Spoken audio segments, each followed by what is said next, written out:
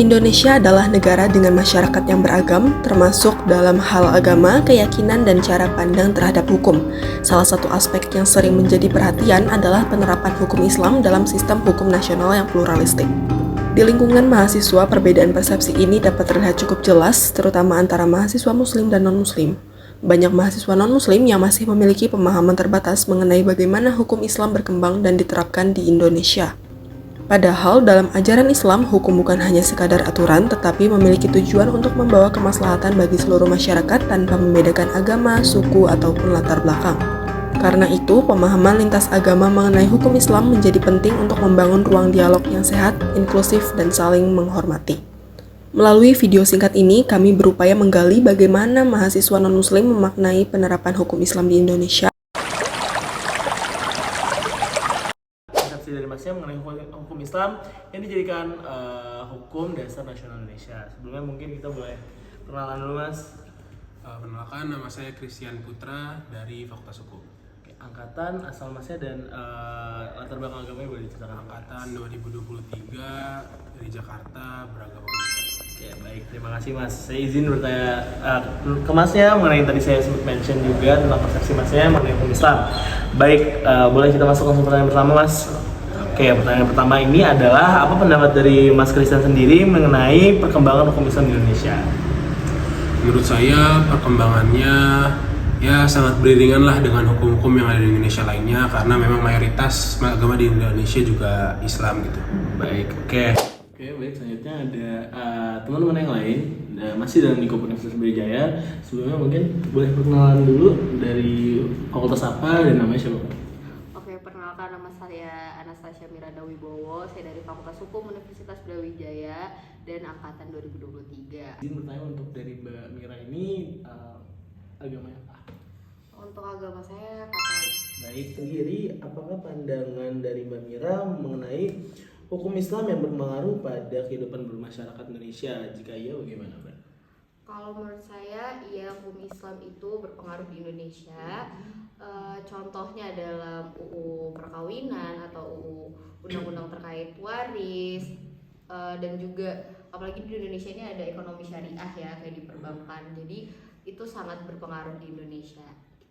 Oke, baik, terima kasih jawabannya, Mbak. Saya Christopher Salomo. Oke, dari fakultas apa, angkatan berapa, dan asal dari mana, Mas? Saya dari Fakultas Hukum angkatan 2023 dari Tangerang Selatan. Oke, baik, saya izin bertanya juga dari yang tadi saya sempat singgung persepsi Masnya. Izin mungkin dari Masnya agamanya apa, Mas? Saya agamanya Kristen, Mas. Oke, mana Masnya melihat masuknya unsur-unsur hukum Islam ke dalam hukum negara?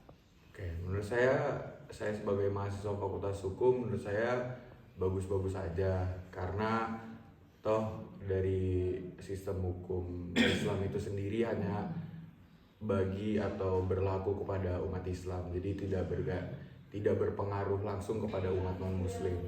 Jadi menurut saya sah-sah aja kalau misalkan hukum Islam itu termasuk dalam hukum di Indonesia. Baik. Nama saya Valerie Jennifer Facho, saya dari Fakultas Ilmu Sosial dan Ilmu Politik, dan saya angkatan 2024. Asalnya?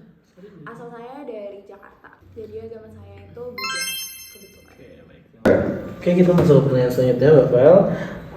Dari Mbak Vel sendiri, apa saja hal yang memengaruhi cara Mbak Vel memandang hukum Islam? Mungkin bisa dari teman, keluarga, lingkungan, karena mungkin faktanya juga kita tinggal di Malang yang banyak diterapkan juga dan mayoritas juga Islam, dan mungkin dari pengalaman pribadi atau media sosial.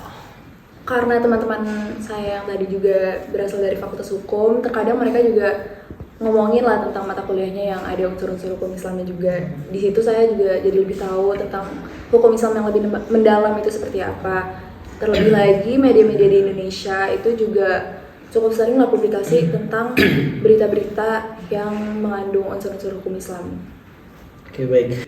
Perkenalkan, nama saya Dian Cristiano dari Fakultas Ilmu Budaya, dan saya dari angkatan 24. Oke, Mas, izin mungkin Masnya dari asalnya dari mana, dan izin mungkin saya tanya latar belakang agama Ibu, Mas. Oke. Untuk saya berasal dari Medan dan agama saya adalah agama Kristen. Oke, terakhir, bagaimana atau apakah perkembangan hukum Islam ini cocok untuk kondisi Indonesia yang beragam sekarang? Kalau iya, mengapa, Mas? mungkin cocok ya, karena mungkin bisa diambil hal-hal yang misalnya selaras dengan kayak yang diajarkan di agama lain. Misalnya kalau di Islam kan dilarang untuk mencuri, berzina, kan nanti di agama-agama yang lain juga mengajarkan hal-hal yang sama.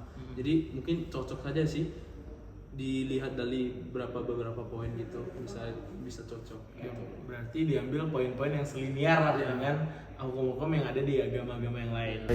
Dari hasil wawancara yang sudah dilakukan, bisa disebutkan bahwasannya mahasiswa non-muslim memandang perkembangan hukum di Indonesia ini secara positif dan juga rasional. Kenapa?